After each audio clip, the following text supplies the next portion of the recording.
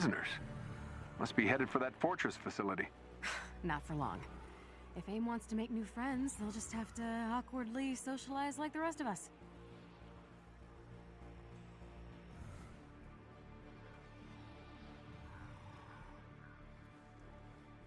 Do you have an idea? I'll try anything. I was just wondering, Tom said, tamping his long-stemmed pipe with his thumb, if the mayor knew who scrawled the dragon's fang on his door. He peered into the bowl, then looked at Tam and replaced the unlit pipe between his teeth with a sigh. Someone seems not to like him anymore. Or maybe it's his guests they don't like. Rand gave him a disgusted look and turned away to stare into the fire. His thoughts danced like the flames, and like the flames, they concentrated fixedly on one thing. He would not give up. He could not just stand there and watch Tam die. My father, he thought fiercely. My father. Once the fever was gone, that could be cleared up as well. But the fever first. Only how? Ran Alvere's mouth tightened as he looked at Rand's back, and the glare he directed at the Gleeman would have given a bear pause, but Tom just waited expectantly, as if he had not noticed it. It's probably the work of one of the Congers or a Coplin, the mayor said finally, though the light alone knows which.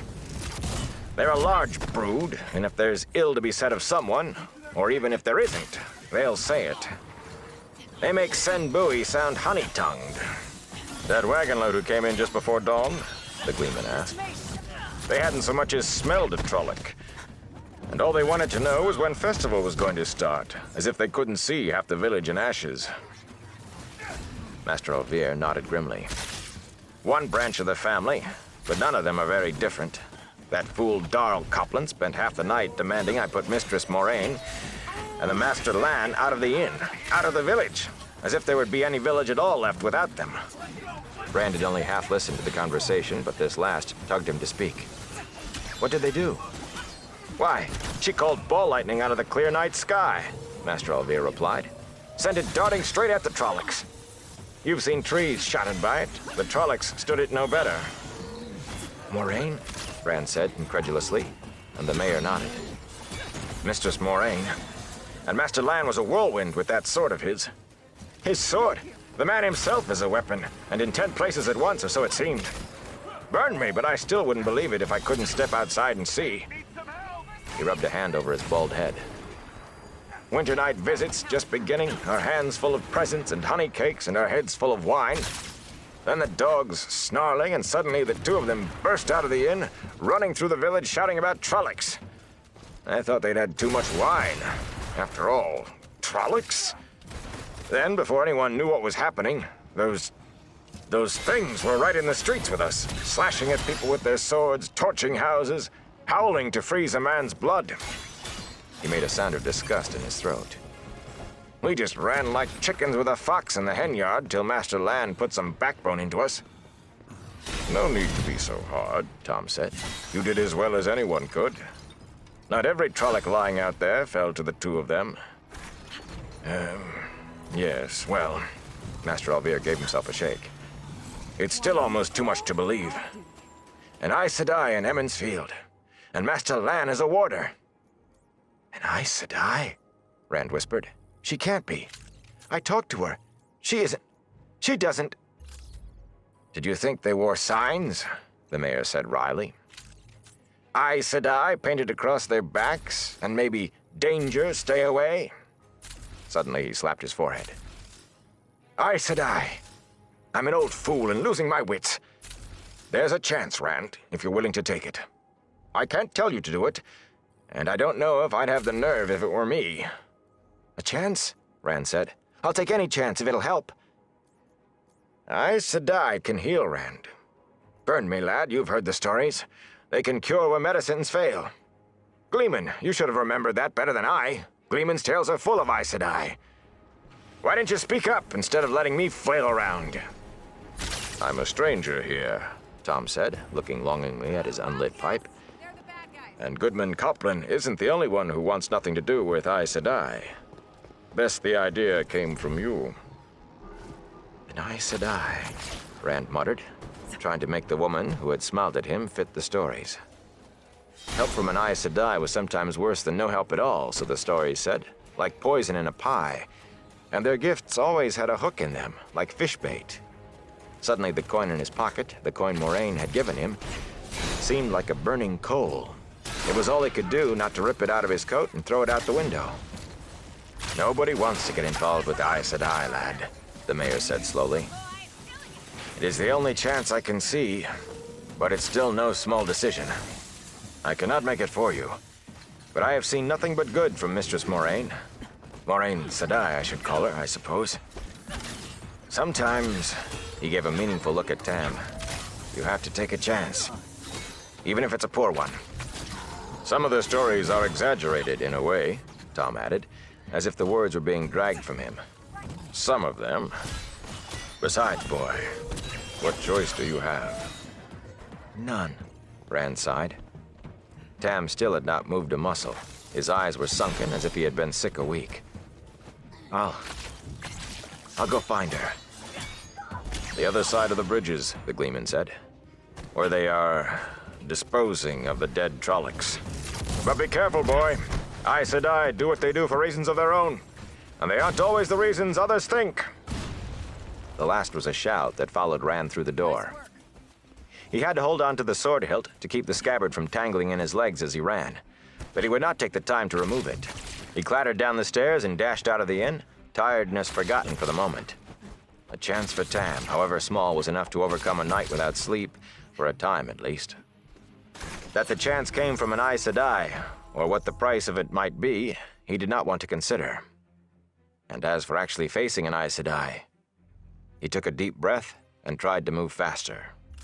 The bonfire stood well beyond the last houses to the north on the west side of the road to Watch Hill. The wind still carried the oily black columns of smoke away from the village, but even so, a sickly sweet stink filled the air, like a roast left hours too long on the spit. Rand gagged at the smell, then swallowed hard when he realized its source. A fine thing to do with Beltane fires. The men tending the fires had cloths tied over their noses and mouths, but their grimaces made it plain the vinegar dampening the cloths was not enough. It was a trailer. Even if it did kill the stench, they still knew the stench was there, and they still knew what they were doing. Two of the men were untying the harness straps of one of the big Durans from a Trolloc's ankles. Lan, squatting beside the body, had tossed back the blanket enough to reveal the Trolloc's shoulders and goat-snouted head. As Rand trotted up, the warder unfastened a metal badge, a blood-red enameled trident from one spiked shoulder of the Trolloc's shirt of black mail. Kobol, he announced. He bounced the badge on his palm and snatched it out of the air with a growl. That makes 7 bands so far. Moraine, seated cross-legged on the ground a short distance off, shook her head tiredly. A walking staff covered from end to end in carved vines and flowers lay across her knees, and her dress had the rumpled look of having been worn too long. 7 bands. 7.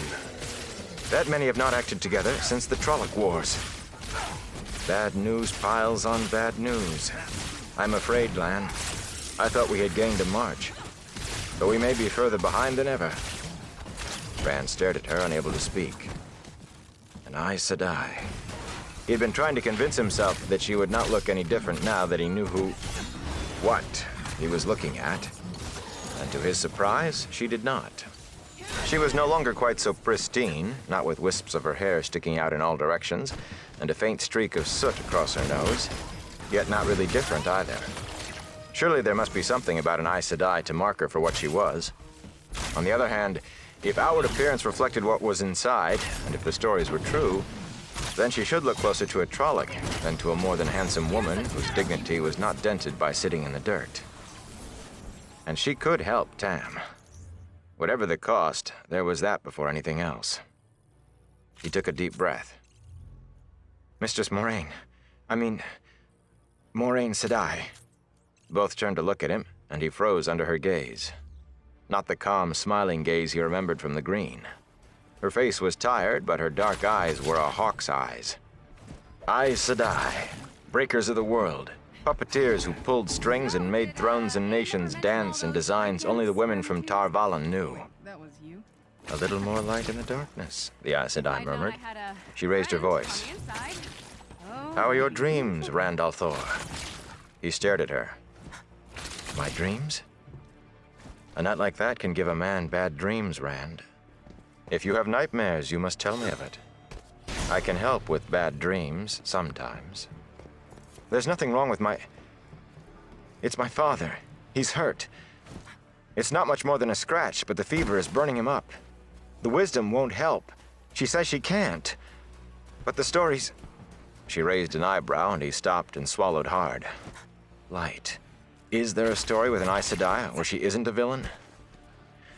He looked at the warder, but Lan appeared more interested in the dead Trolloc than in anything Rand might say. Fumbling his way under her eyes, he went on. Any sign of those prisoners? Not yet. It said Aes Sedai can heal. Keep looking. If you can help him. Somewhere. Anything you can do for him. Whatever the cost. I mean... He took a deep breath and finished up in a rush.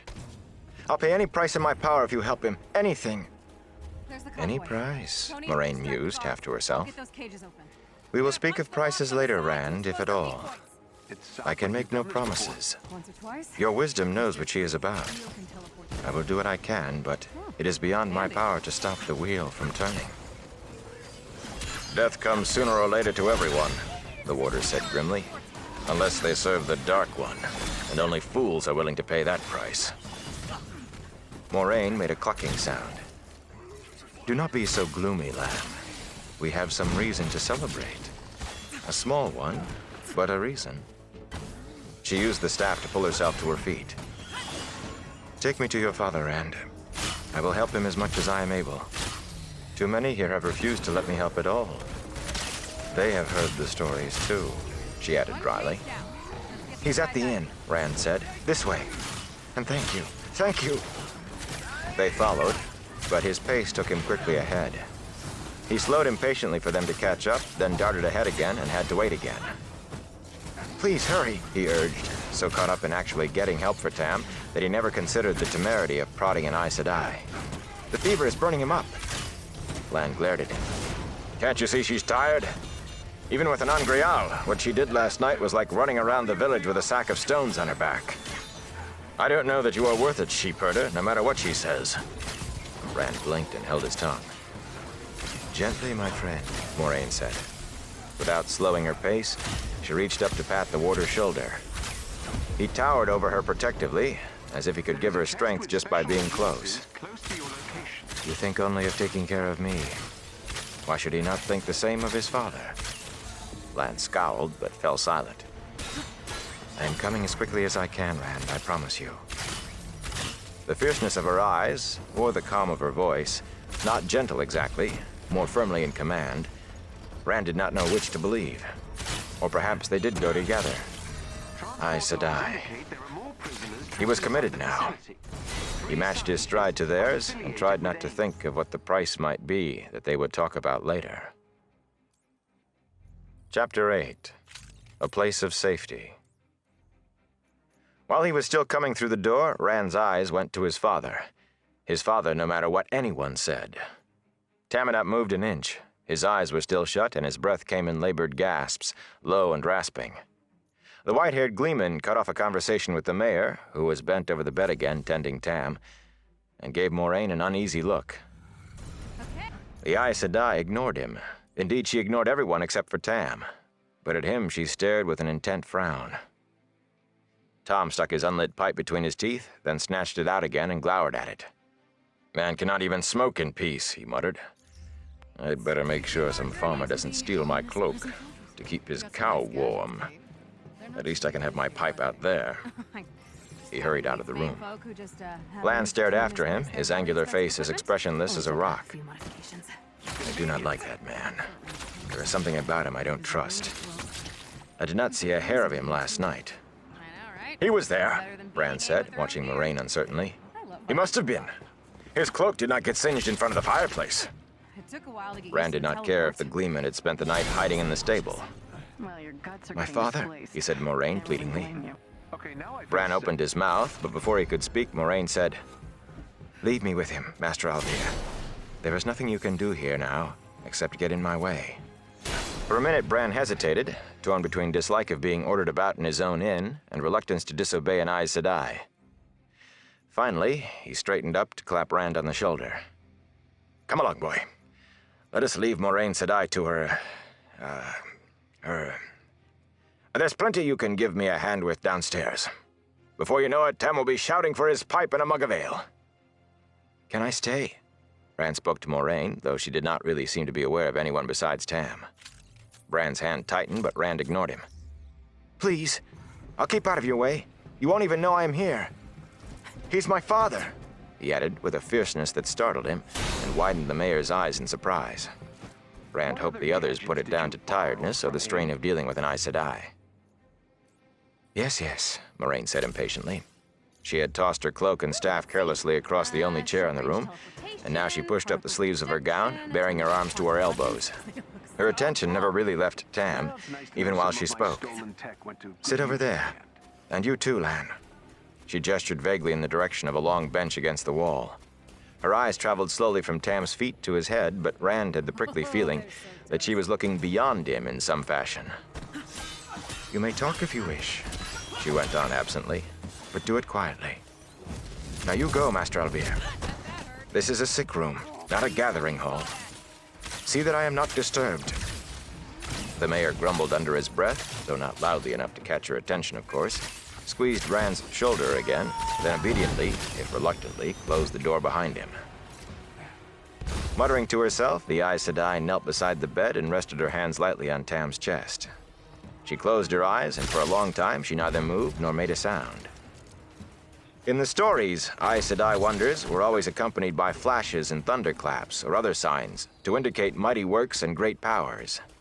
The power, the one power, drawn from the true source that drove the Wheel of Time. That was not something Rand wanted to think about. The power involved with Tam, himself in the same room where the power might be used. In the same village was bad enough. For all he could tell, though, Moraine might just as well have gone to sleep. But he thought Tam's breathing sounded easier. She must be doing something. So intent was he that he jumped when Lan spoke softly. That is a fine weapon you wear. Is there by chance a heron on the blade as well? For a moment, Rand stared at the warder, not grasping what it was he was talking about. He had completely forgotten Tam's sword in the lather of dealing with an Aes Sedai. It did not seem so heavy anymore. Yes, there is. What is she doing? I'd not have thought to find a heron-marked sword in a place like this, Lan said. It belongs to my father. He glanced at Lan's sword, the hilt just visible at the edge of his cloak. The two swords did look a good deal alike, except that no herons showed on the warder's. He swung his eyes back to the bed. Tam's breathing did sound easier. The rasp was gone. He was sure of it. He bought it a long time ago. Strange thing for a sheepherder to buy. Rand spared a sidelong look for Lan. For a stranger to wonder about the sword was prying. For a warder to do it... Still, he felt he had to say something. He never had any use for it that I know of. He said it had no use. Until last night, anyway. I didn't even know he had it till then. He called it useless, did he? He must not always have thought so. Lan touched the scabbard at Rand's waist briefly with one finger. There are places where the heron is a symbol of the master swordsman. That blade must have traveled a strange road to end up with a sheepherder in the Two Rivers. Rand ignored the unspoken question. Moraine still had not moved. Was the Aes Sedai doing anything? He shivered and rubbed his arms, not sure he really wanted to know what she was doing. An Aes Sedai. A question of his own popped into his head then. One he did not want to ask. One he needed an answer to. The mayor. He cleared his throat and took a deep breath. The mayor said the only reason there's anything left of the village is because of you and her. He made himself look at the warder. If you had been told about a man in the woods, a man who made people afraid just by looking at them, would that have warned you? A man whose horse doesn't make any noise, and the wind doesn't touch his cloak? Would you have known what was going to happen? Could you and Moraine Sedai have stopped it if you'd known about him? Not without half a dozen of my sisters, Moraine said, and Rand started. She still knelt by the bed, but she had taken her hands from Tam and half turned to face the two of them on the bench. Her voice never raised, but her eyes pinned Rand to the wall. Had I known when I left Tar Valon that I would find Trollocs and Myrddraal here, I would have brought half a dozen of them. A dozen, if I had to drag them by the scruffs of their necks. By myself, a month's warning would have made little difference. Perhaps none. There is only so much one person can do, even calling on the one power. And there were probably well over 100 Trollocs scattered around this district last night. An entire fist. Guess we lost the element of surprise. It would still have been good to know, Lan said sharply, the sharpness directed at Rand. When did you see him, exactly? And where? That's of no consequence now, Moraine said.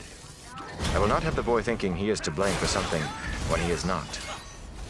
I am as much to blame. That accursed raven yesterday, the way it behaved, should have warned me. And you too, my old friend. Her tongue clicked angrily. I was overconfident to the point of arrogance, sure that the Dark One's touch could not have spread so far. Nor so heavily. Not yet. So sure. Rand blinked. The raven? I don't understand. Carrion eaters. Lan's mouth twisted in distaste. The Dark One's minions often find spies among creatures that feed on death. Ravens and crows mainly. Rats in the cities sometimes. A quick shiver ran through Rand. Ravens and crows as spies of the Dark One? There were ravens and crows everywhere now. The Dark One's touch, Moraine had said. The Dark One was always there, he knew that. But if you tried to walk in the light, tried to live a good life, and did not name him, he could not harm you. That was what everybody believed, what everybody learned with his mother's milk. But Moraine seemed to be saying... His glance fell on Tam, and everything else was pushed right out of his head. His father's face was noticeably less flushed than it had been, and his breathing sounded almost normal. Rand would have leaped up if Lan had not caught his arm. You've done it! Moraine shook her head and sighed. Not yet. I hope it is only not yet. Trolloc weapons are made at forges in the valley called Thankandar, on the very slopes of Shale Ghul itself. Some of them take a taint from that place, a stain of evil in the metal. Those tainted blades make wounds that will not heal unaided, or cause deadly fevers, strange sicknesses that medicines cannot touch. I have soothed your father's pain, but the mark, the taint, is still in him. Left alone, it will grow again and consume him. But you won't leave it alone. Rand's words were half plea, half command. He was shocked to realize he had spoken to an Aes Sedai like that, but she seemed not to notice his tone. I will not, she agreed simply. I'm very tired, Rand, and I have had no chance to rest since last night. Ordinarily, it would not matter, but for this kind of hurt... This, she took a small bundle of white silk from her pouch, is an Angreal. She saw his expression. You know of Angreal, then? Good. Unconsciously, he leaned back further away from her and what she held. A few stories mentioned Angreal, those relics of the Age of Legends that Aes Sedai used to perform their greatest wonders. He was startled to see her unwrap a smooth ivory figurine, age-darkened to deep brown. No longer than her hand, it was a woman in flowing robes, with long hair falling about her shoulders. We have lost the making of these, she said. So much is lost, perhaps never to be found again. So few remain, the Amerlin seat almost did not allow me to take this one. It is well for Emond's Field and for your father that she did give her permission. But you must not hope too much. Now, even with it, I can do little more than I could have without it yesterday. And the taint is strong. It has had time to fester. Looks like we reached the lab. You can help him, Rand said fervently. I know you can. Get us out of here. Moraine smiled, a bare curving of her Should be a lips. console somewhere to lower the We barrier. shall see. Let's get these people out. Then she turned back to Tam.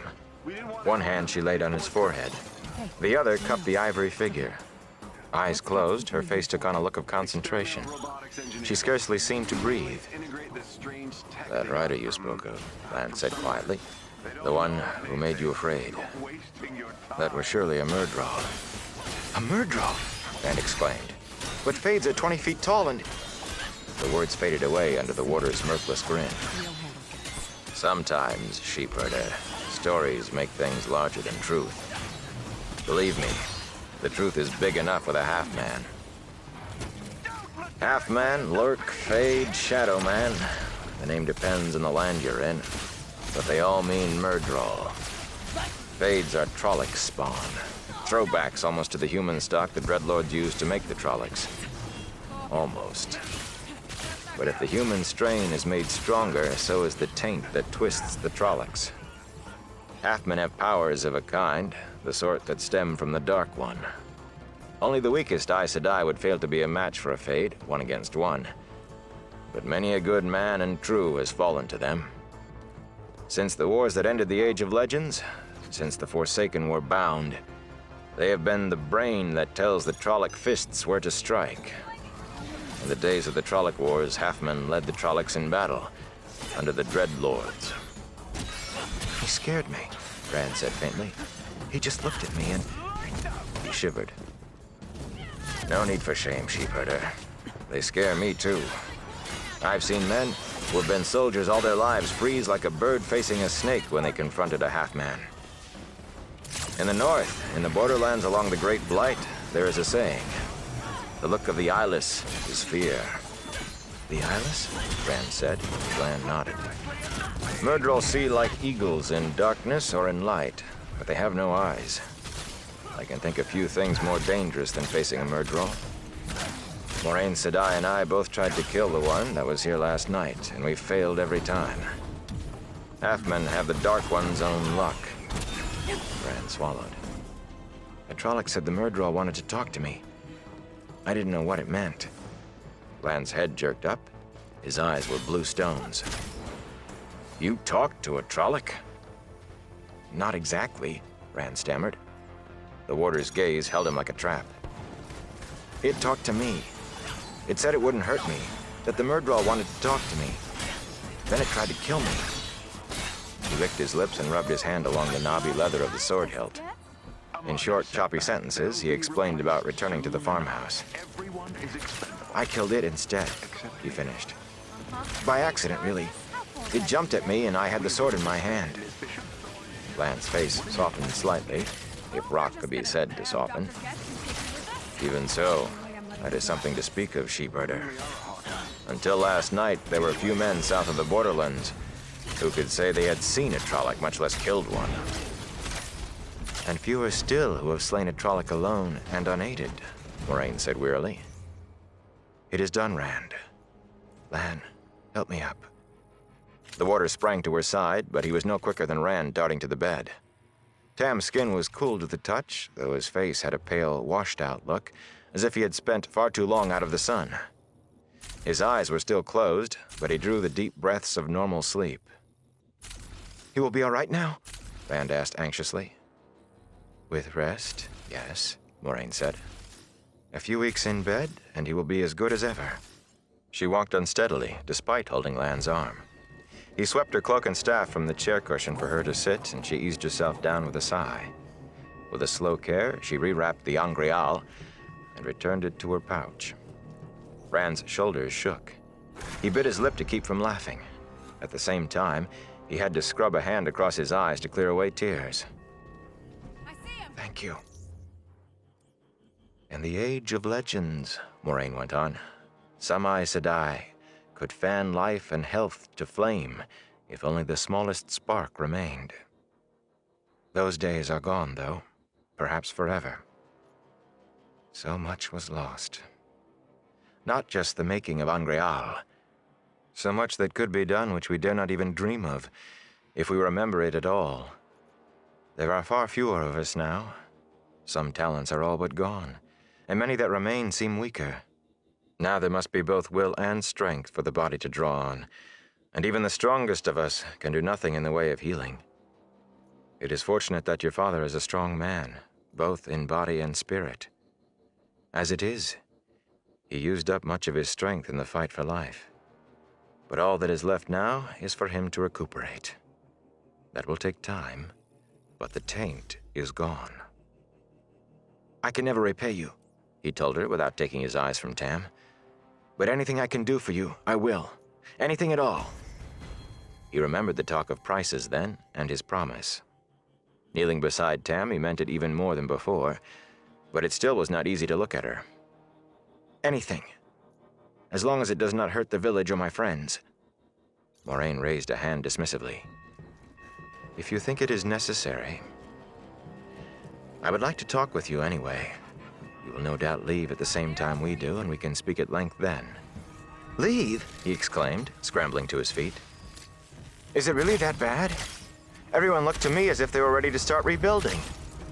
We are pretty settled folk in the Two Rivers. Nobody ever leaves. Rand. And where would we go? Padan Fane said the weather is just as bad everywhere else. He was the peddler. The Trollocs. Rand swallowed, wishing Tom Marilyn had not told him what Trollocs ate. The best I can see to do is stay right here where we belong, in the Two Rivers, and put things back together. We have crops in the ground, and it has to warm enough for the shearing soon. I don't know who started this talk about leaving. One of the Coplans, I'll bet. But whoever it was... Sheepherder, Lan broke in. You talk when you should be listening. He blinked at both of them. He had been half babbling, he realized, and he had rambled on while she tried to talk. While an Aes Sedai tried to talk.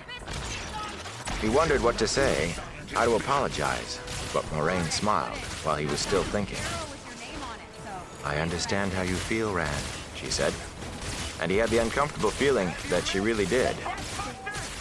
Think no more of it. Her mouth tightened, and she shook her head. I have handled this badly, I see. I should have rested first, I suppose. It is you who will be leaving, Rand. You who must leave for the sake of your village. Me? He cleared his throat and tried again. Me?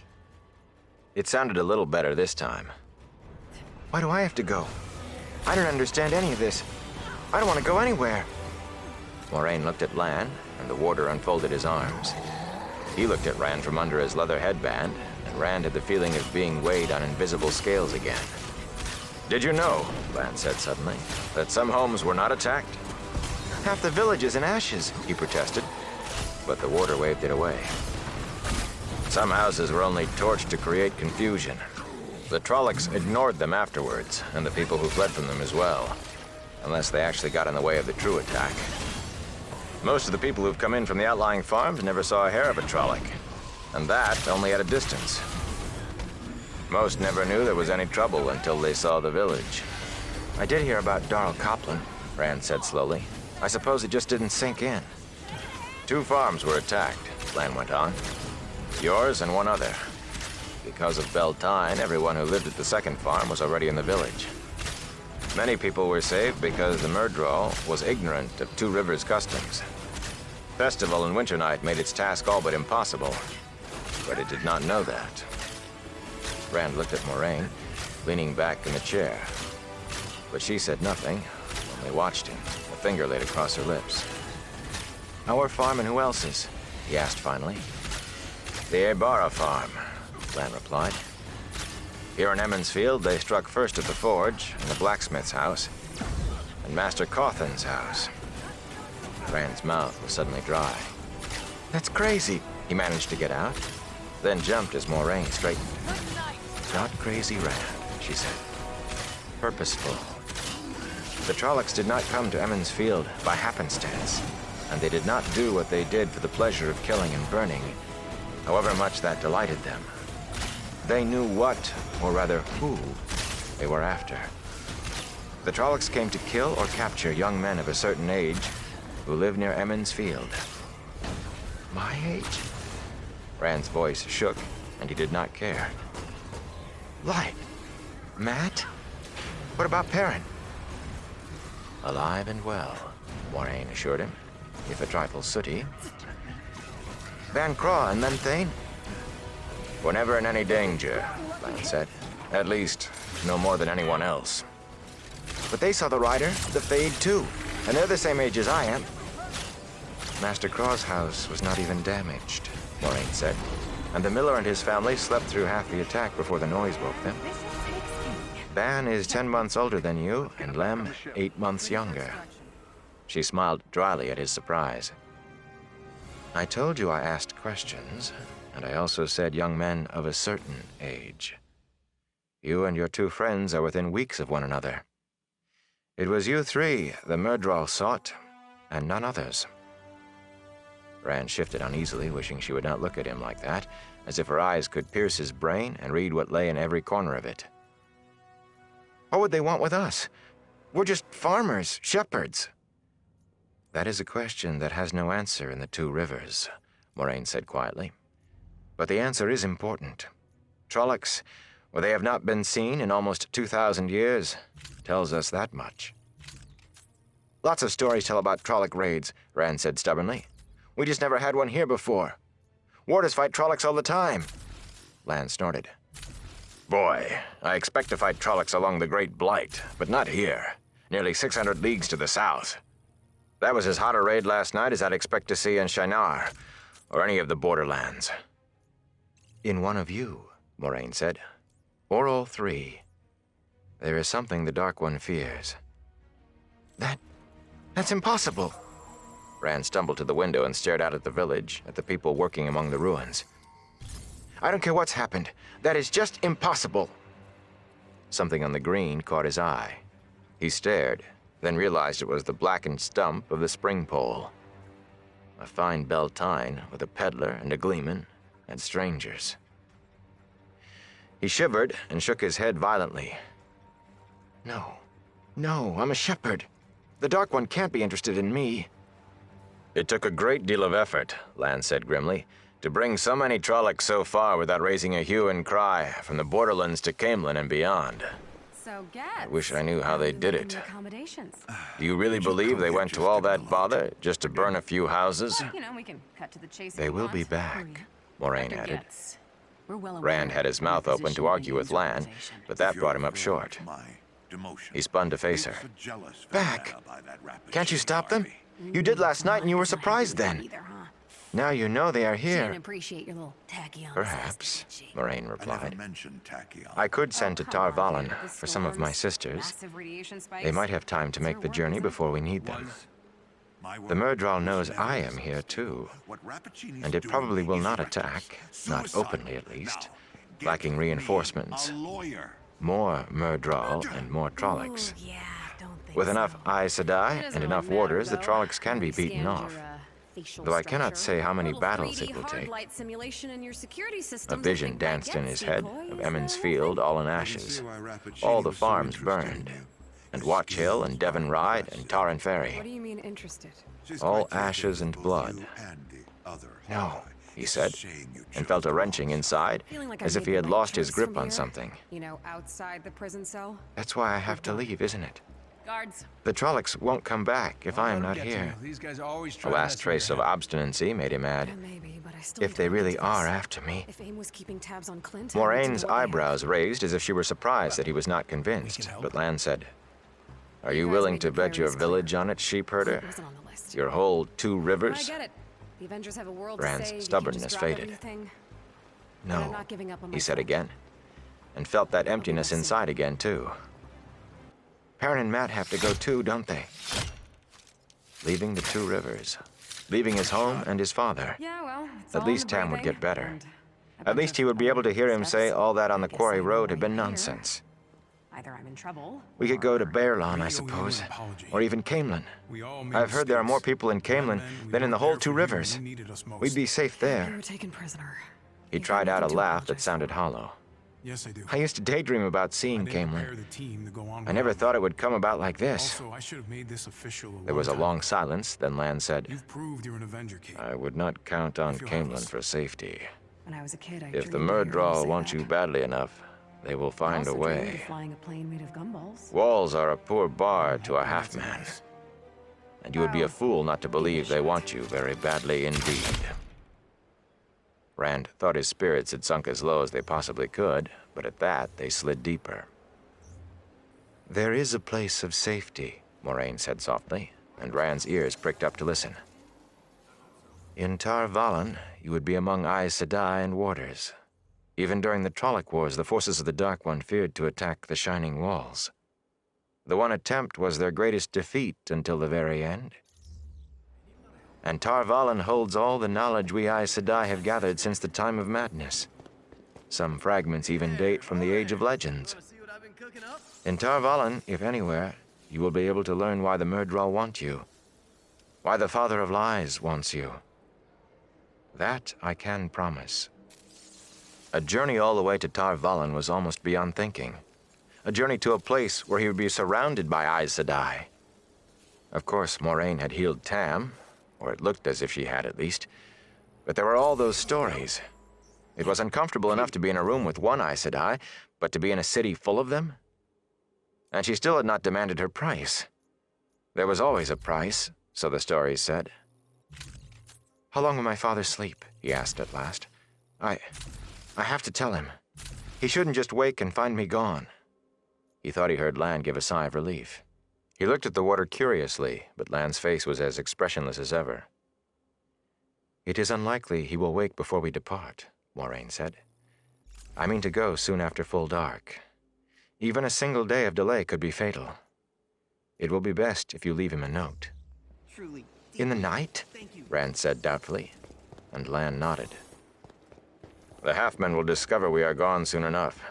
There is no need to make things any easier for it than we must." Something new for you. Rand fussed with his father's blankets. It was a very long way to Tar Valon.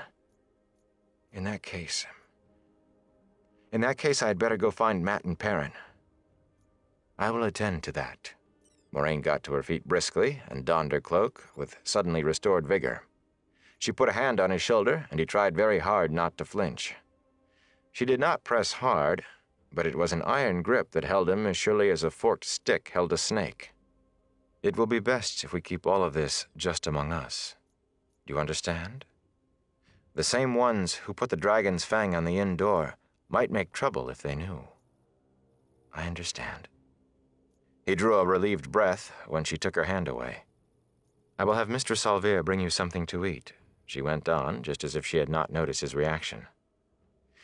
"Then you need to sleep. It will be a hard journey tonight, even if you are rested." The door closed behind them, and Rand stood looking down at Tam. Looking at Tam, but seeing nothing. Not until that very minute had he realized that Emond's Field was a part of him as much as he was a part of it. He realized it now because he knew that was what he had felt tearing loose. He was apart from the village now. The Shepherd of the Night wanted him. It was impossible. He was only a farmer, but the Trollocs had come, and Lan was right about one thing. He could not risk the village on the chance Moraine was wrong. He could not even tell anyone. The Coplans really would make trouble about something like that. He had to trust in Aes Sedai. "Don't wake him now," Mistress Alvear said, as the mayor shut the door behind his wife and himself. The cloth-covered tray she carried gave off delicious, warm smells.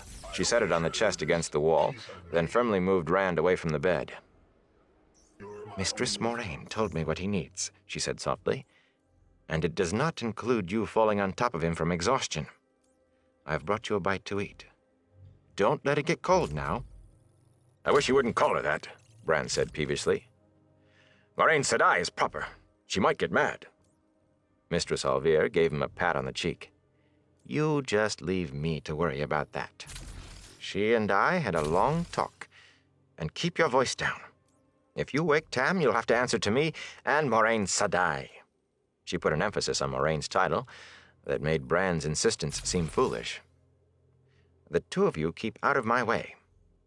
With a fond smile for her husband, she turned to the bed and Tam. Master Alvear gave Rand a frustrated look. "She's an Aes Sedai. Half the women in the village act as if she sits in the women's circle, and the rest as if she were a Trolloc. Not a one of them seems to realize you have to be careful around Aes Sedai. The men may keep looking at her sideways, but at least they aren't doing anything that might provoke her." Careful, Rand thought. It was not too late to start being careful. "Master Alvear," he said slowly, "do you know how many farms were attacked?" "Only 2 that I've heard of so far, including your place." The mayor paused, frowning, then shrugged.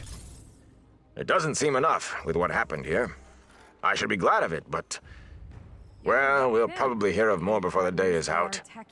Rand sighed. Yeah, the good kind. No need to ask which Thanks to your farms. efforts, I've succeeded in locating the Here in the origin of village, did attacking they... our slums. I mean, These pockets was there of anything to civilization show what they were after? emanating from one central After, point. boy? I don't know that they were after anything, except maybe killing us all. It was just the way I said. The dogs barking, and Moraine Sedai and Land running through the streets. Then somebody shouted that Master Luhan's house and the forge were on fire. Abu Cawthan's house flared up. Odd that, it's nearly in the middle of the village. Anyway, the next thing the Trollocs were all among us. All right. No, I don't think they were after anything. Sure you want me leading this guy? He gave an abrupt bark of a laugh and cut it short with a wary look at his wife. I trust you. She did not look around If from you're not sure Tam. what to do, To tell the truth, he went on more quietly, they've served you well. they seemed almost as confused as we were. I doubt they expected to find an Aes Sedai here, or a warder. Let's do this. I suppose not, Rand said, grimacing. If Moraine had told the truth about that, she probably had told the truth about the rest, too. For a moment, he thought about asking the mayor's advice, but Master Alvir obviously knew little more about Aes Sedai than anyone else in the village. Besides, he was reluctant to tell even the mayor what was going on, what Moraine said was going on. He was not sure he was more afraid of being laughed at or being believed. He rubbed a thumb against the hilt of Tam's sword. His father had been out into the world.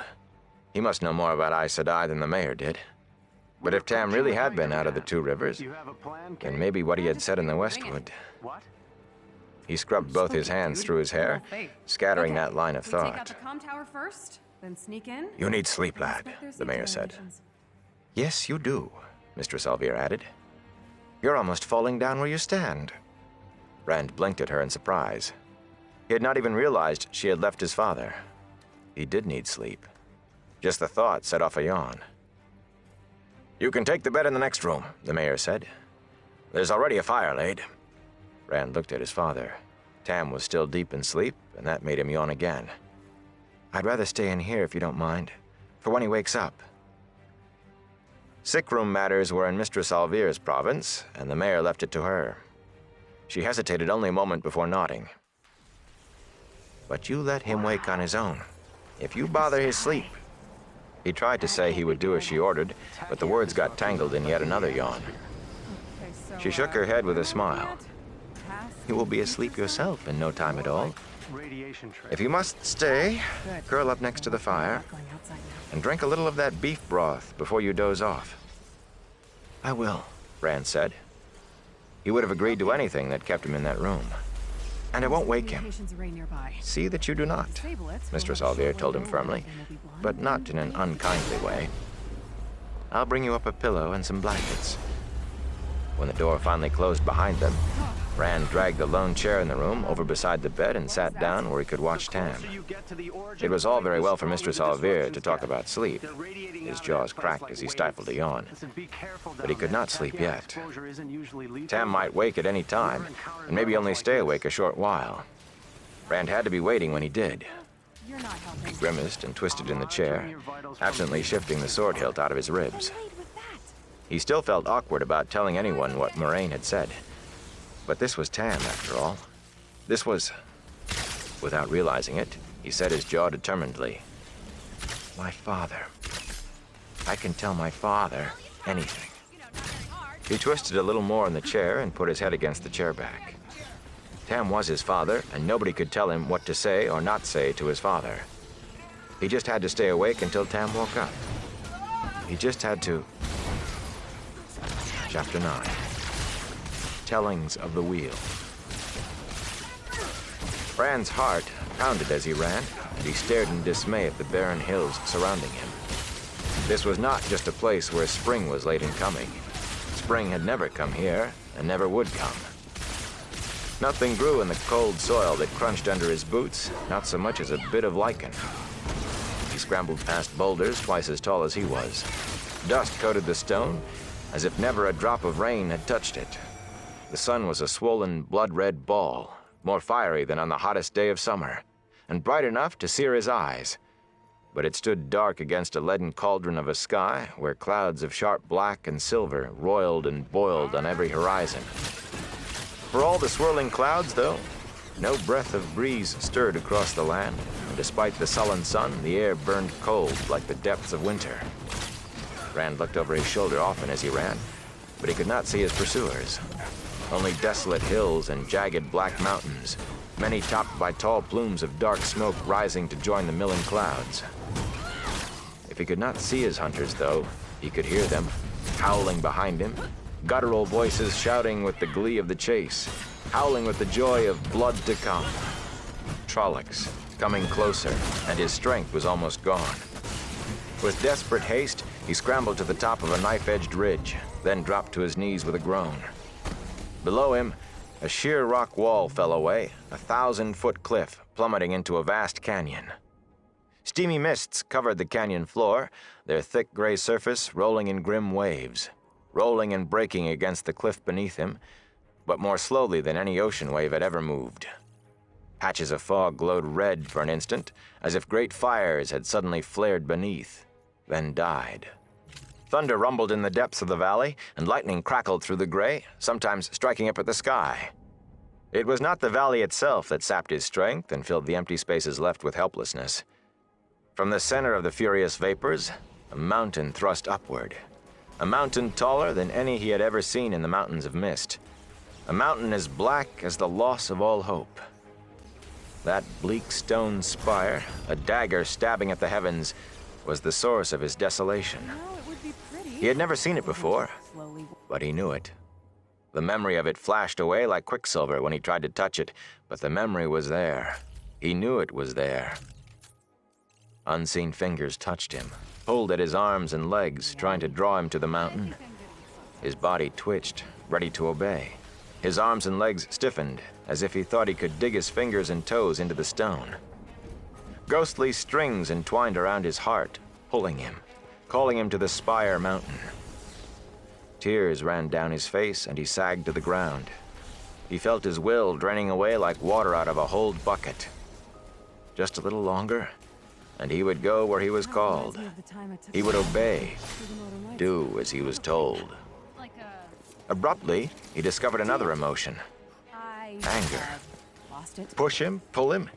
He was not a sheep to be prodded into a pen. The anger squeezed itself into one hard knot, and he clung to it as he would have clung to a raft in a flood. "Serve me," a voice whispered in the stillness of his mind. A familiar voice. If he listened hard enough, he was sure he would know it. "Serve me." He shook his head to try to get it out of his head. "Serve me!" He shook his fist at the Black Mountain. "The light consume you, shaitan!" Abruptly, the smell of death lay thick around him. A figure loomed over him in a cloak the color of dried blood. A figure with a face. He did not want to see the face that looked down at him. He did not want to think of that face.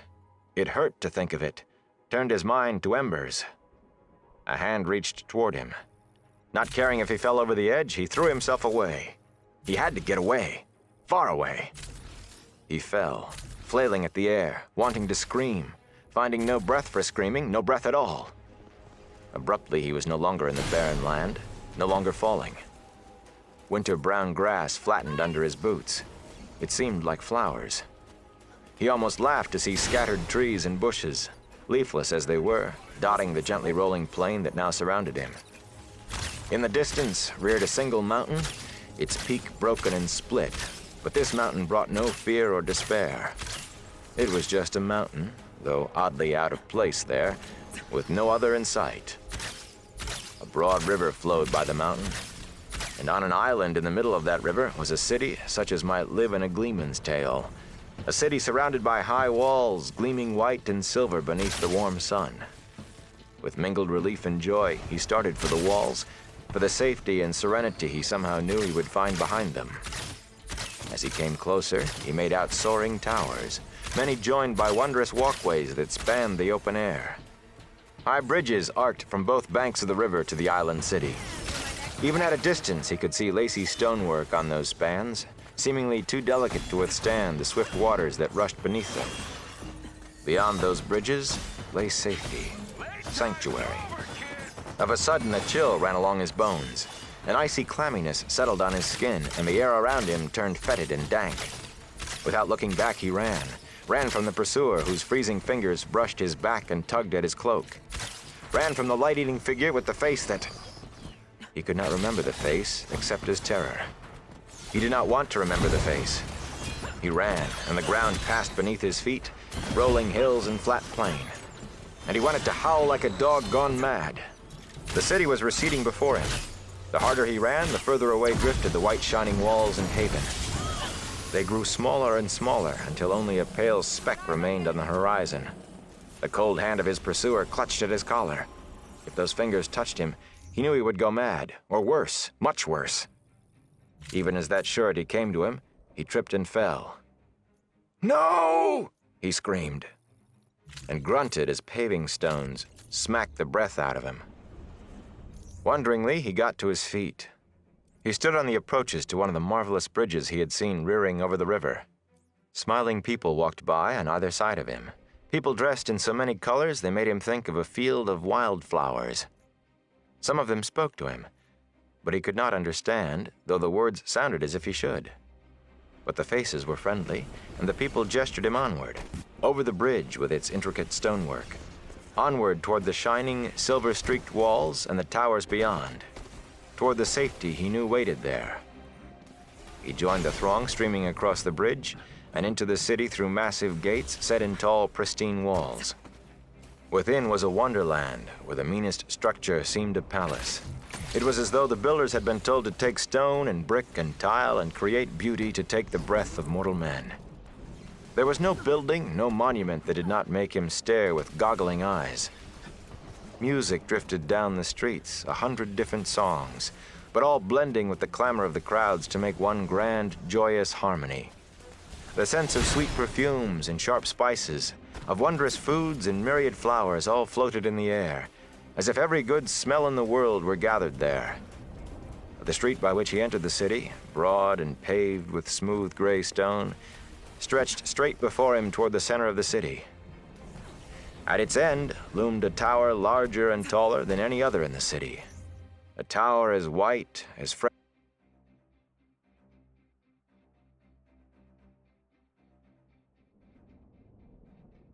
That tower was where safety lay, and the knowledge he sought. But the city was such as he had never dreamed of seeing. Surely it would not matter if he delayed just a short time in going to the tower. He turned aside onto a narrower street where jugglers strolled among hawkers of strange fruits. Ahead of him down the street was a snow-white tower, the same tower. In just a little while, he thought, and rounded another corner. At the far end of this street, too, lay the white tower. Stubbornly, he turned another corner, and another, and each time, the alabaster tower met his eyes. I can jam the signal long He enough spun to to run away from destroy it, the array just and skidded to a halt. You got it, Doc. Before him, the white tower.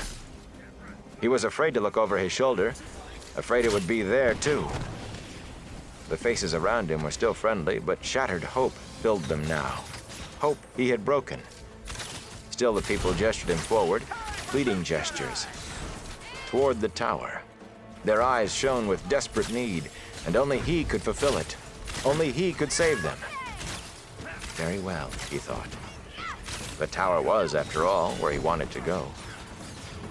Even as he took his first step forward, disappointment faded from those about him, and smiles wreathed every face. They moved with him, and small children strewed his path with flower petals. He looked over his shoulder in confusion, wondering who the flowers were meant for, but behind him were only more smiling people, gesturing him on. They must be for me, he thought, and wondered why that suddenly did not seem strange at all. But wonderment lasted only a moment before melting away. All was as it should be. First one, then another of the people began to sing until every voice was lifted into a glorious anthem. He still could not understand the words, but a dozen interweaving harmonies shouted joy and salvation. Musicians capered through the onflowing crowd, adding flutes and harps and drums in a dozen sizes to the hymn, and all the songs he had heard before blended in without seeing. Girls danced around him, laying garlands of sweet-smelling blossoms across his shoulders, twining them about his neck. They smiled at him, their delight growing with every step he took. He could not help but smile back. His feet itched to join in their dance, and even as he thought of it, he was dancing, his steps fitting in as if he had known it all from birth. He threw back his head and laughed. His feet were lighter than they had ever been, dancing with... He could not remember the name, but it did not seem important. "It is your destiny," a voice whispered in his head, and the whisper was a thread in the paean. Carrying him like a twig on the crest of a wave, the crowd flowed into a huge square in the middle of the city. And for the first time, he saw that the White Tower rose from a great palace of pale marble, sculpted rather than built, curving walls and swelling domes and delicate spires fingering the sky. The whole of it made him gasp in awe.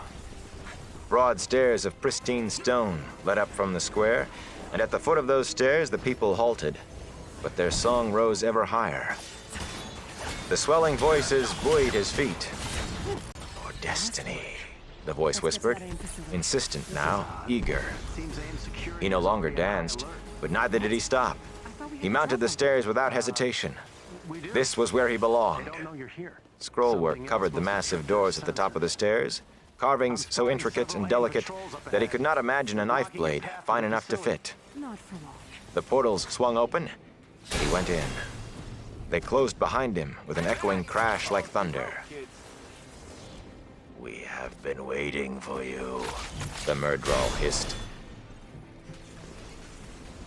Rand sat bolt upright, gasping for breath and shivering, staring. Tam was still asleep on the bed. Slowly, his breathing slowed. Half-consumed logs blazed in the fireplace with a good bed of coals built up around the fire irons. Someone had been there to tend to it while he slept. A blanket lay at his feet where it had fallen when he woke. The makeshift litter was gone too, and his and Tam's cloaks had been hung by the door. He wiped cold sweat from his face with a hand that was none too steady, and wondered if naming the Dark One in a dream brought his attention the same way that naming him aloud did. Twilight darkened the window. The moon was well up, round and fat, and evening stars sparkled above the mountains of mist. He had slept the day away. He rubbed a sore spot on his side. Apparently, he had slept with the sword hilt jabbing him in the ribs. Between that and an empty stomach and the night before, it was no wonder he had had nightmares. His belly rumbled, and he got up stiffly and made his way to the table where Mistress Alvear had left the tray. He twitched aside the white napkin. Despite the time he had slept, the beef broth was still warm, and so was the crusty bread. Mistress Alvear's hand was plain. The tray had been replaced. Once she decided you needed a hot meal, she did not give up till it was inside you. He gulped down some broth, and it was all he could do to put some meat and cheese between two pieces of bread before stuffing it in his mouth. Taking big bites, he went back to the bed. Mistress Alvear had apparently seen to Tam as well. Tam had been undressed, his clothes now clean and neatly folded on the bedside table, and a blanket was drawn up under his chin. When Rand touched his father's forehead, Tam opened his eyes. "There you are, boy. Lauren said you were here, but I couldn't even sit up to see. She said you were too tired for her to wake, just so I could look at you. Even Bran can't get around her when she has her mind set." Tam's voice was weak, but his gaze was clear and steady. The Aes Sedai was right, Rand thought. With rest, he would be as good as ever. "Can I get you something to eat? Mistress Alvear left a tray." "She fed me already, if you can call it that. Wouldn't let me have anything but broth. How can a man avoid bad dreams with nothing but broth in his..." Tam fumbled a hand from under the cover and touched the sword at Rand's waist. "Then it wasn't a dream. When Morin told me I was sick, I thought I had been... But you're all right. That is all that matters. What of the farm?" Rand took a deep breath. "The Trollocs killed the sheep. I think they took the cow, too. And the house needs a good cleaning." He managed a weak smile. "We were luckier than some. They burned half the village." He told Tam everything that had happened, or at least most of it. Tam listened closely and asked sharp questions, so he found himself having to tell about returning to the farmhouse from the woods, and that brought in the Trolloc he had killed. He had to tell how Nynaeve had said Tam was dying to explain why the Aes Sedai had tended him instead of the Wisdom. Tam's eyes widened at that, and Aes Sedai in Emond's Field. But Rand could see no need to go over every step of the journey from the farm, or his fears, or the Myrddraal on the road. Certainly not his nightmares as he slept by the bed. Especially he saw no reason to mention Tam's ramblings under the fever. Not yet. Moraine's story, though, there was no avoiding that. Now that's a tale to make a Gleeman proud, Tam muttered when he was done. What would Trollocs want with you boys? Or the Dark One might help us. You think she was lying? Master Alvear said she was telling the truth about only 2 farms being attacked. And about Master Luhan's house and Master Cawthon's. For a moment, Tam lay silent before saying, "Tell me what she said. Her exact words, mind. Just as she said them." Rand struggled. Whoever remembered the exact words they heard? He chewed at his lip and scratched his head, and bit by bit, he brought it out as nearly as he could remember. Good, right? I can't think of anything else, he finished. Some of it I'm not too sure she didn't say a little differently, but it's close anyway. It's good enough. It has to be, doesn't it? You see, lad, Aes Sedai are tricksome. They don't lie, not right out. But the truth an Aes Sedai tells you is not always the truth you think it is. You take care around her. I've heard the stories, Rand retorted. I'm not a child. So you're not. So you're not. Tam sighed heavily, then shrugged in annoyance. I should be going along with you just the same. The world outside the 2 rivers is nothing like Emond's Field. That was an opening to ask about Tam going outside and all the rest of it, but Rand did not take it. His mouth fell open instead. Just like that? I thought you would try to talk me out of it. I thought you'd have 100 reasons I should not go. He realized he had been hoping Tam would have 100 reasons, and good ones. Maybe not 100, Tam said with a snort. But a few did come to mind. Only they don't count for much. If Trollocs are after you, you will be safer in Tar Valon than you could ever be here. Just remember to be wary. Aes Sedai do things for their own reasons. Those are not always the reasons you think. The Gleeman said something like that, Rand said slowly. Then he knows what he's talking about. You listen sharp, think deep, and guard your tongue. That's good advice for any dealings beyond the 2 rivers, but most especially with Aes Sedai. And with warders. Tell Lan something, and you've as good as told Moraine. If he's a warder, then he's bonded to her as sure as the sun rose this morning. And he won't keep many secrets from her, if any. Rand knew little about the bonding between Aes Sedai and warders, though it played a big part in every story about warders he had ever heard. It was something to do with the power, a gift to the warder, or maybe some sort of exchange. The warders got all sorts of benefits, according to the stories. They healed more quickly than other men, and could go longer without food or water or sleep. Supposedly, they could sense Trollocs if they were close enough, and other creatures of the Dark One too, which explained how Lan and Moraine had tried to warn the village before the attack. As to what the Aes Sedai got out of it, the stories were silent. But he was not about to believe they did not get something. I'll be careful, Rand said. I just wish I knew why. It doesn't make any sense. Why me? Why us? I wish I knew too, boy. Blood and ashes, I wish I knew. Tam sighed heavily. Well, no use trying to put a broken egg back in the shell, I suppose. How soon do you have to go? I'll be back in my feet in a day or 2, and we can see about starting a new flock. Oren Daughtry has some good stock he might be willing to part with the pastures all gone. And so does John Thane. Moraine, the Aes Sedai said you had to stay in bed. She said weeks. Tam opened his mouth, but Rand went on. And she talked to Mistress Alvear. Well, maybe I can talk Marin around. Tam did not sound hopeful of it, though. He gave Rand a sharp look. The way you avoided answering means you have to leave soon. Tomorrow? Or tonight? Tonight, Rand said quietly, and Tam nodded sadly. Yes. Well, if it must be done, best not to delay. But we will see about this week's business. He plucked at his blankets with more irritation than strength. Perhaps I'll follow in a few days anyway. Catch you up on the road. We'll see if Marn can keep me in bed when I want to get up. There was a tap at the door, and Lan stuck his head into the room. Say your goodbyes quickly, sheepherder, and come. There may be trouble. Trouble? Rand said, and the warder growled at him impatiently. Just hurry. Hastily, Rand snatched up his cloak. He started to undo the sword belt, but Tam spoke up. Keep it. You will probably have more need of it than I. Though the light willing, neither of us will. Take care, lad. You hear?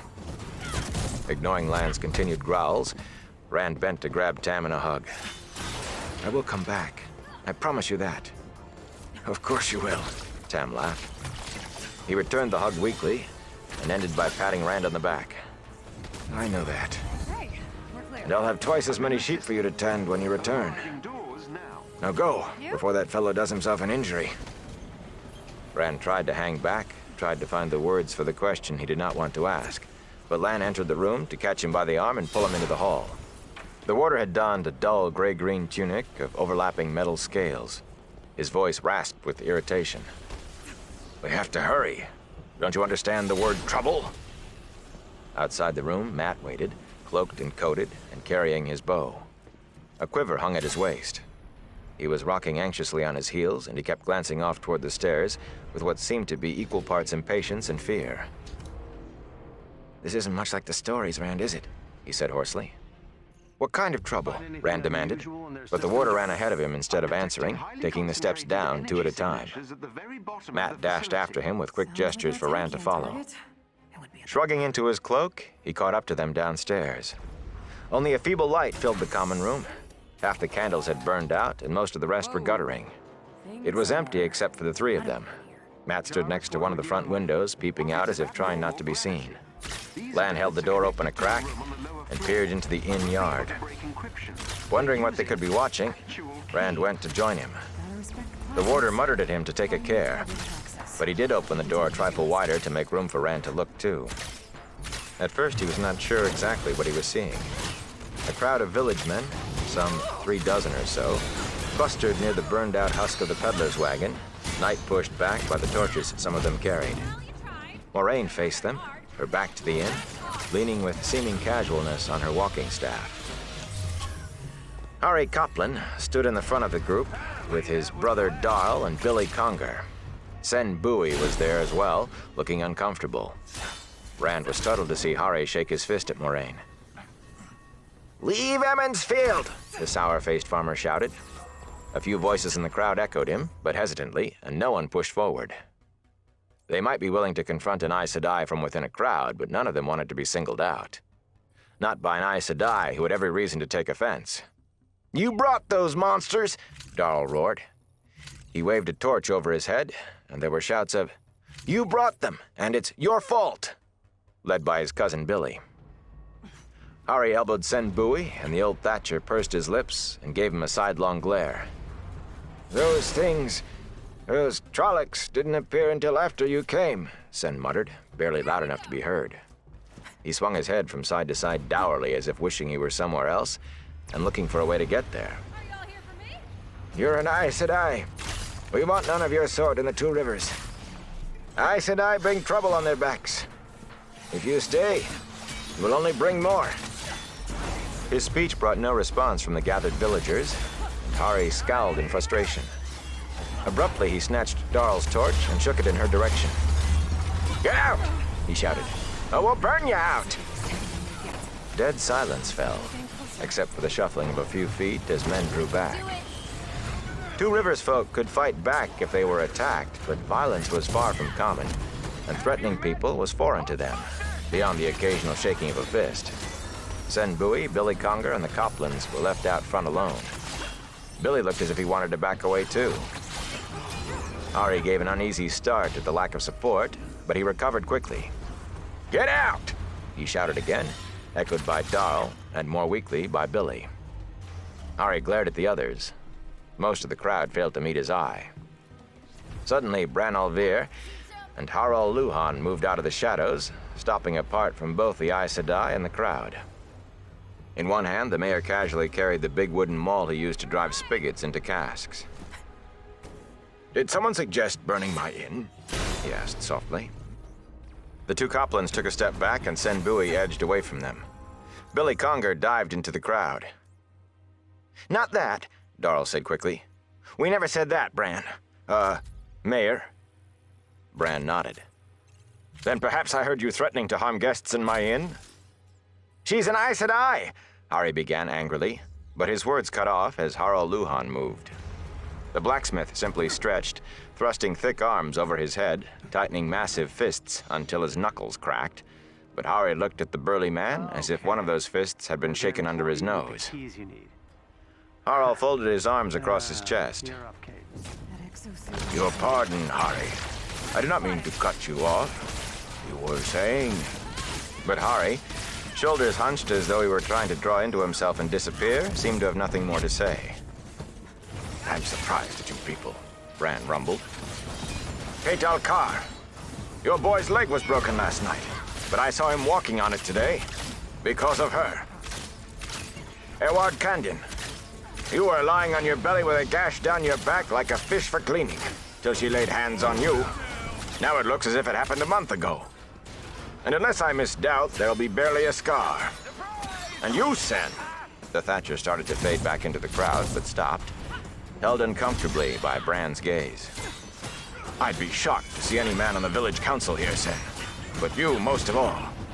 Your arm would still be hanging useless at your side, a mass of burns and bruises, if not for her.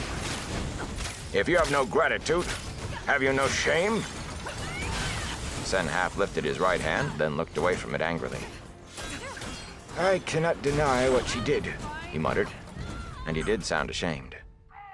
"She helped me and others," he went on in a pleading tone. "But she's an Aes Sedai, Bran. If those Trollocs didn't come because of her, why did they come? We want no part of Aes Sedai in the Two Rivers. Let them keep their troubles away from us." A few men, safely back in the crowd, shouted then. "We want no Aes Sedai troubles. Send her away. Drive her out. Why did they come if not because of her?" A scowl grew on Bran's face, but before he could speak, Moiraine suddenly whirled her vine-carved staff above her head, spinning it with both hands. Well, we're definitely getting Bran's closer. gasp echoed that of the villagers, for a hissing white flame flared from each end of the staff, There's an standing employee straight with out keys like you spear need. points despite the rods whirling. Even Bran and Harald edged away from her. She snapped her arms down straight out before her, the staff parallel to the ground, but the pale fire still jetted out, brighter than the torches. Men shied away, held up hands to shield their eyes from the pain of that brilliance. "Is this what Aemon's blood has come to?" The Aes Sedai's voice was not loud, but it overwhelmed every other sound. "Little people squabbling for the right to hide like rabbits? You have forgotten who you were, forgotten what you were. But I had hoped some small part was left, some memory in blood and bone, some shred to steel you for the long night coming." No one spoke. The two Coplans looked as if they had never wanted to open their mouths again.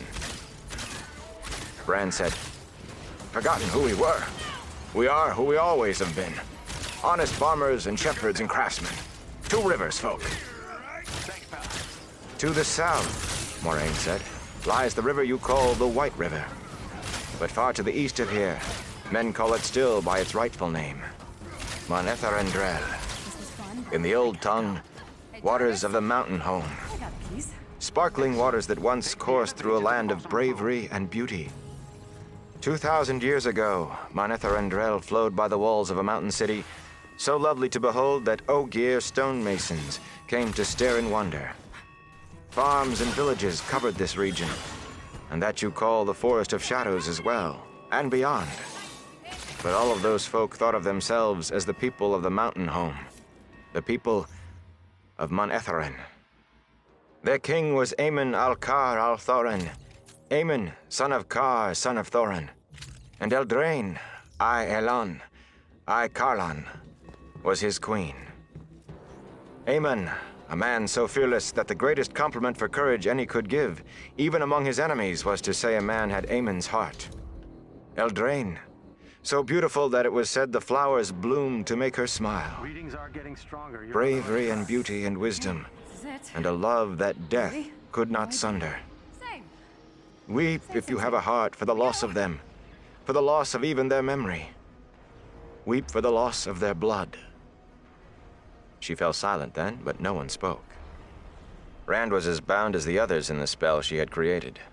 When she spoke again, he drank it in, and so did the rest.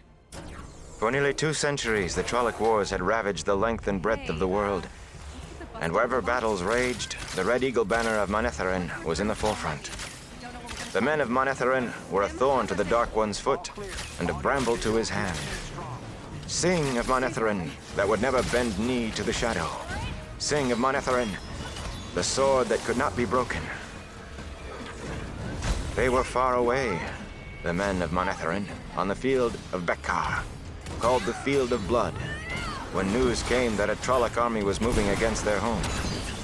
Too far to do else but wait to hear of their land's death, for the forces of the Dark One meant to make an end of them, kill the mighty oak by hacking away its roots. Too far to do else but mourn. But they were the men of the mountain home. Without hesitation, without thought for the distance they must travel, they marched from the very field of victory, still covered in dust and sweat and blood.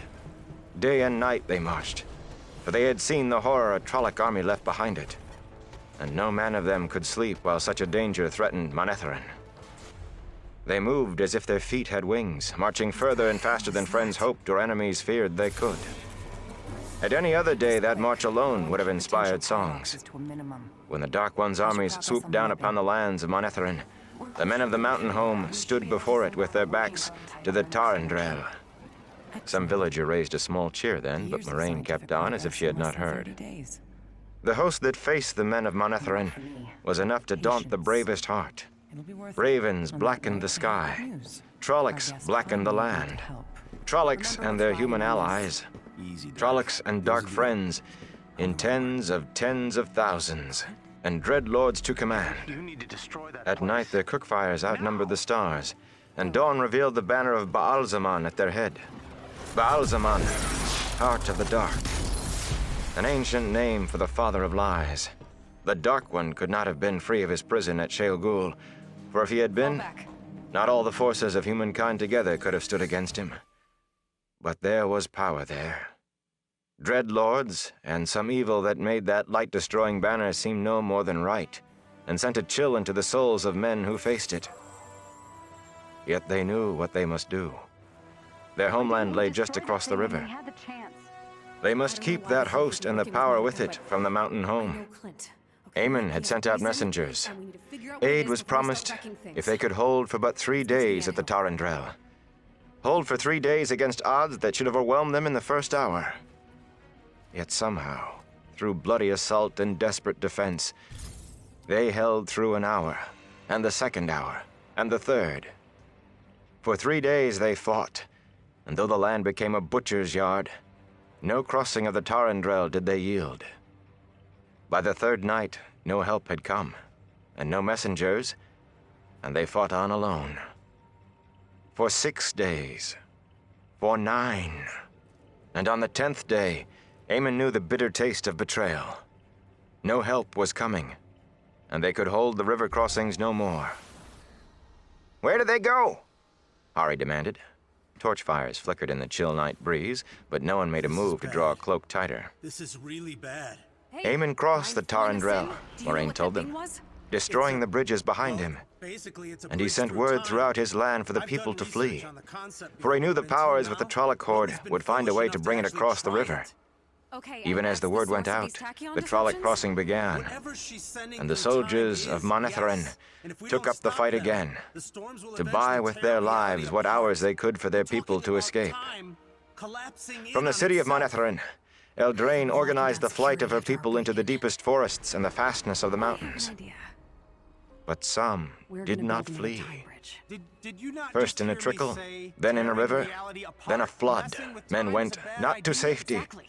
but to join the army fighting for their land. We're gonna go get Chris Shepherds out of with her own bows and timeline, farmers with come on at the off pitchforks, from her future self. and woodsmen with Don't axes. stop the storms, right? Women It's went still too, messing with time. shouldering That's what weapons they might could work. find and marching side by side with their men. No one made that journey who did not know they would never return. But it was their land. It had been their fathers, and it would be their children's. And they went to pay the price of it.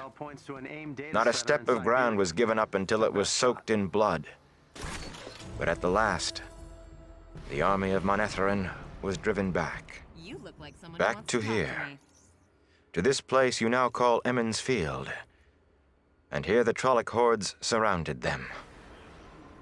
Her voice held the sound of cold tears. Trolloc dead and the corpses of human renegades piled up in mounds, but always more scrambled over those charnel heaps in waves of death that had no end. There could be but one finish. No man or woman who had stood beneath the banner of the Red Eagle at that day's dawning still lived when night fell.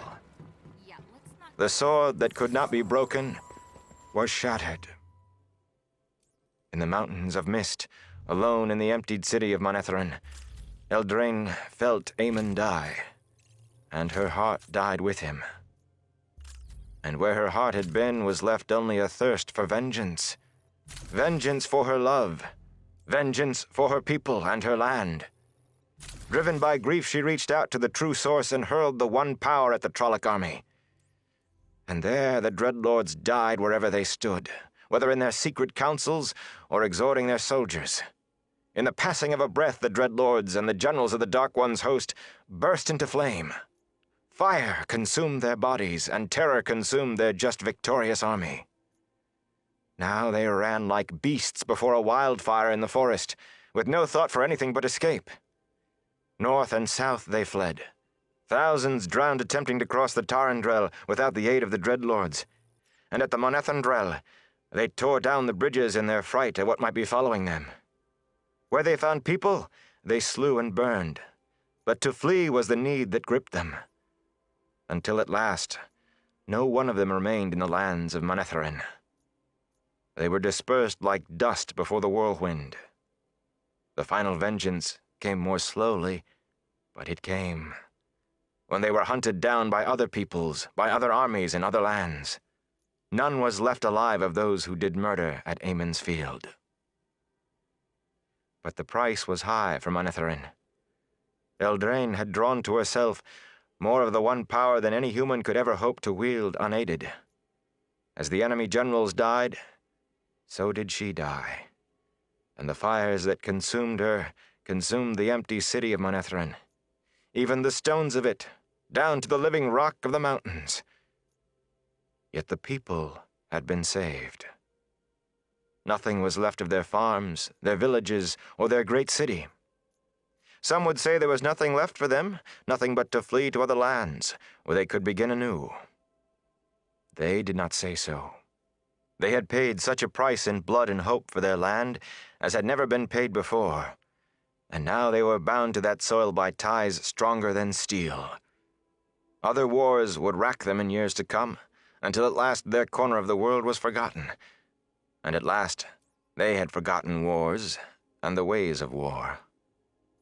Never again did Manetheren rise. Its soaring spires and splashing fountains became as a dream that slowly faded from the minds of its people.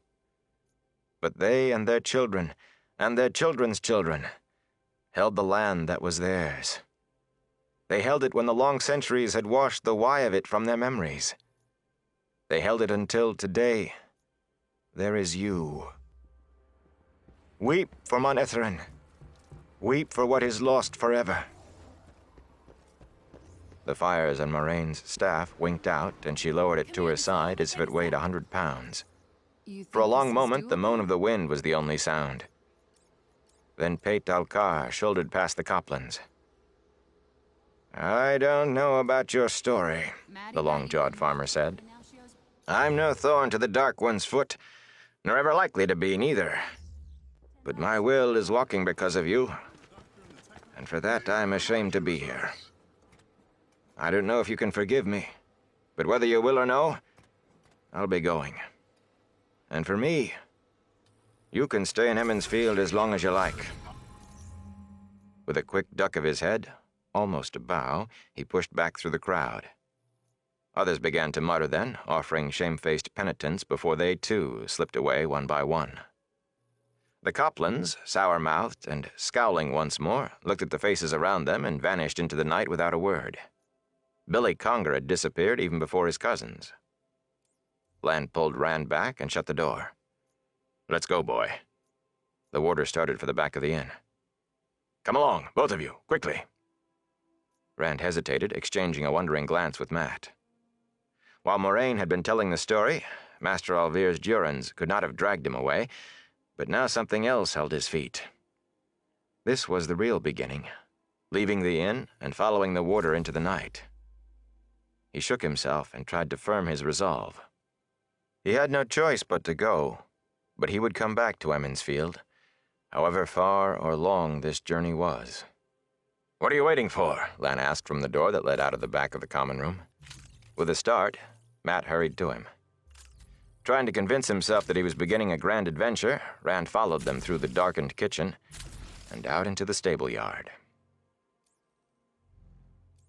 Chapter 10. Leave-taking. A single lantern, its shutters half closed, hung from a nail on a stall post, casting a dim light.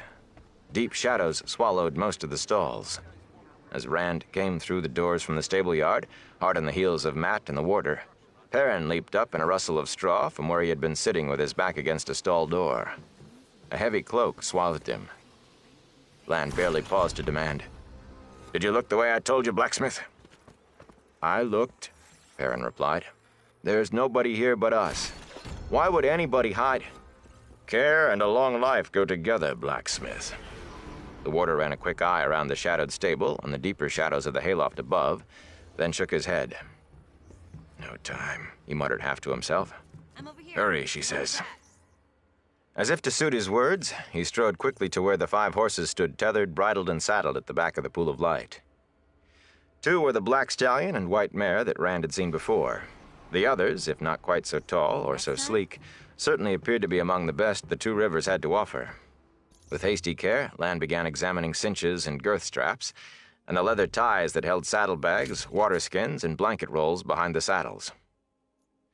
Rand exchanged shaky smiles with his friends, trying hard to look as if he really was eager to be off. For the first time, Matt noticed the sword at Rand's waist and pointed to it. "You becoming a warder?" He laughed, then swallowed it with a quick glance at Lan. The warder apparently took no notice. "Or at least a merchant's guard," Matt went on with a grin that seemed only a little forced. He hefted his bow. "An honest man's weapon isn't good enough for him." Rand thought about flourishing the sword, but Lan being there stopped him. The warder was not even looking in his direction, but he was sure the man was aware of everything that went on around him. Instead, he said with exaggerated casualness, "It might be useful," as if wearing a sword were nothing out of the ordinary. Perrin moved, trying to hide something under his cloak. Rand glimpsed a wide leather belt encircling the apprentice blacksmith's waist, with the handle of an axe thrust through a loop on the belt. "What do you have there?" he asked. "Merchant's guard indeed," Matt hooted. The shaggy-haired youth gave Matt a frown that suggested he had already had more than his share of joking, then sighed heavily and tossed back his cloak to uncover the axe. It was no common woodsman's tool. A broad half-moon blade on one side of the head and a curved spike on the other made it every bit as strange for the 2 rivers as Rand's sword. Perrin's hand rested on it with a sense of familiarity, though. "Master Luhan made it about 2 years ago for a wood buyer's guard. But when it was done, the fellow wouldn't pay what he had agreed, and Master Luhan would not take less. He gave it to me when—" He cleared his throat, then shot Rand the same warning frown he'd given Matt. "When he found me practicing with it. He said I might as well have it since he couldn't make anything useful from it."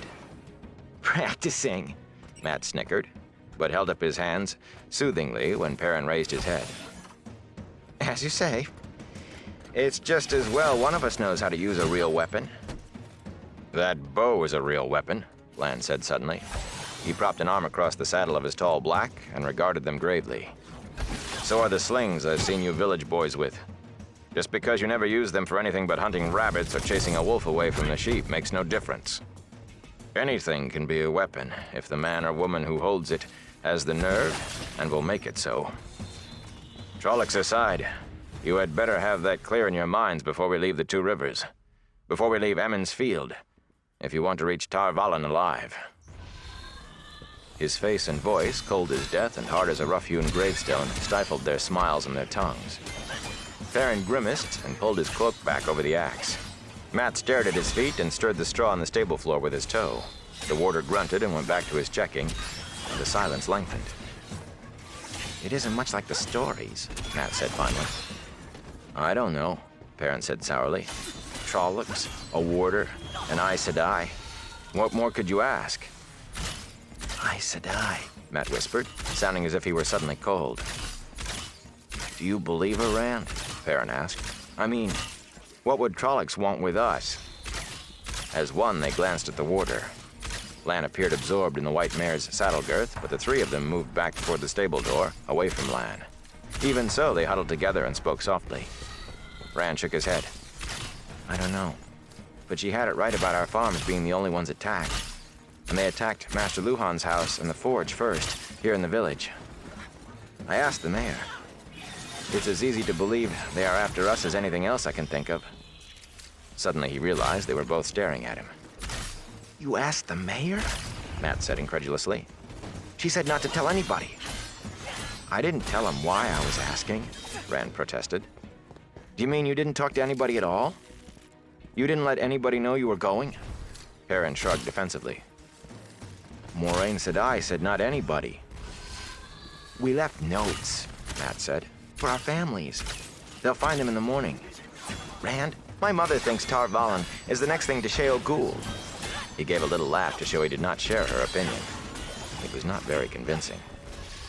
She'd try to lock me in the cellar if she believed I was even thinking of going there. Master Luhan is stubborn as a stone, Perrin added. And Mistress Luhan is worse. If you'd seen her digging through what's left of the house, saying she hoped the Trollocs did come back so she could get her hands on them. Burn me, Rand, Matt said.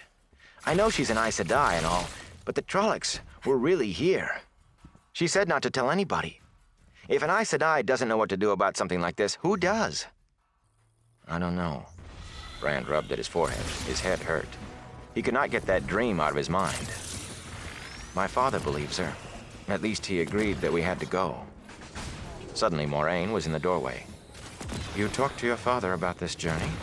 She was clothed in dark gray from head to foot, with a skirt divided for riding astride. And the serpent ring was the only gold she wore now. Rand eyed her walking staff. Despite the flames he had seen, there was no sign of charring, or even soot. I couldn't go off without letting him know. She eyed him for a moment, with pursed lips before turning to the others. And did you also decide that a note was not enough? Matt and Perrin talked on top of each other, assuring her they had only left notes, the way she had said. Nodding, she waved them to silence and gave Rand a sharp look. What is done is already woven in the pattern. Lan? The horses are ready, the warder said, and we have enough provisions to reach Baerlon with some to spare. We can leave at any time. I suggest now. Not without me.